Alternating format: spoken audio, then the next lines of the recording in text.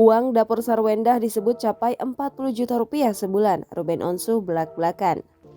Ruben Onsu tanggapi soal kabar dirinya memberi uang dapur untuk Sarwendah sebesar 40 juta sebulan. Ruben Onsu merupakan salah satu aktor sekaligus presenter sukses tanah air. Namanya mulai dikenal banyak orang lantaran tak pernah absen warawiri di televisi.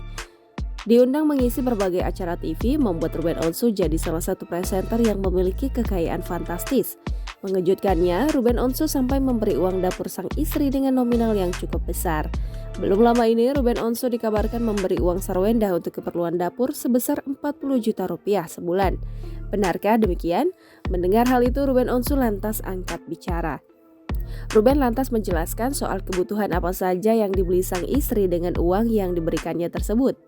Selain itu, Ruben Onsu juga mengatakan jika uang tersebut tidak habis hanya untuk keperluan mereka, namun juga karyawan-karyawannya. Lantas, Ruben juga membahas soal uang belanja untuk kebutuhan sandang dan perlengkapan lainnya yang diberikan kepada sang istri.